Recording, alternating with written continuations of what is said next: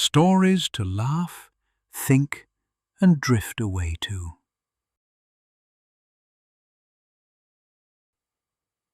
Some stories are for laughter, some are for thought, and some are just right for the long evening.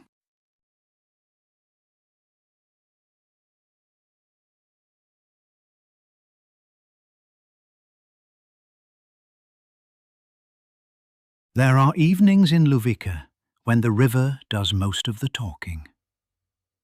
Too much talking. Maybe. But the river usually says better things than people do. That is true. Coffee first, then talking. That is also true. Listen.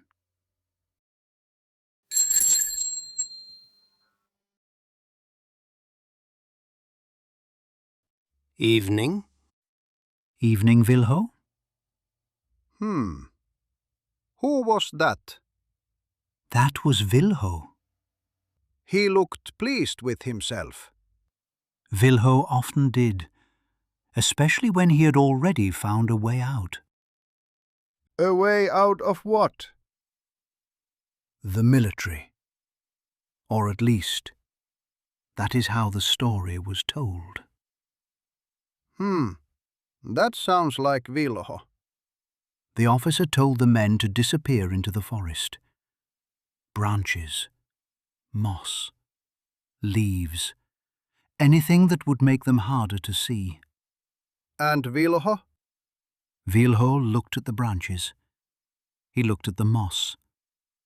He looked at the leaves. And then he looked at the flowers. Flowers? In the army? Yes, small ones. White, yellow, a little purple. The kind of flowers most men would never notice. But Vilho noticed them.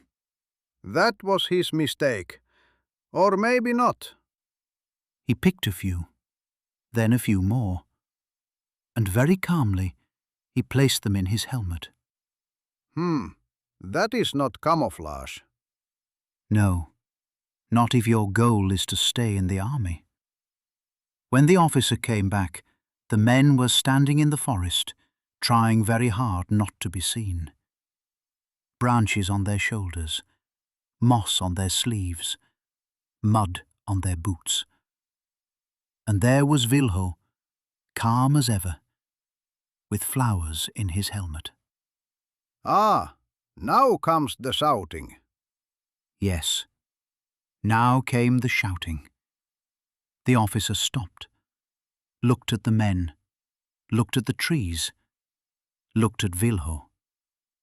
Then he looked at the flowers again, as if they might explain themselves. They did not. No, they did not. There were orders, there were questions, there were many important military words. Vilho said very little. That was one of his strengths. That is how the story was told. Some said Vilho had failed the exercise, but I do not think that was true. If the point was to stay hidden in the forest, then yes, he failed. But if the point was to find a way out, then Vilho may have been the only man there who understood the situation clearly. Flowers in the helmet. Home by evening. Good plan. Yes, a very good plan. People sometimes thought Vilho was slow, but Vilho often arrived exactly where he meant to go. That was his gift. Better than army.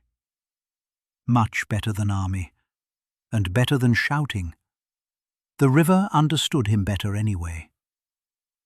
River understands many things. Yes, it does. You know, people often laugh at men like Vilho, not because they are cruel, but because they think they have understood everything already. They see a man with flowers in his helmet, and they think they are looking at foolishness. But sometimes, what looks foolish from a distance is only another kind of wisdom. Vilho did not always fight the world head-on. He listened. He waited. And when the moment came, he stepped sideways. That is not cowardice, and it is not stupidity. Sometimes it is simply the quiet intelligence of a man who knows where he belongs and where he does not. Some men want medals. Some want rank. Some want to be seen obeying. And some men, if they are honest, only want to get back to the river, to the coffee, to the silence, and to the life that feels like their own.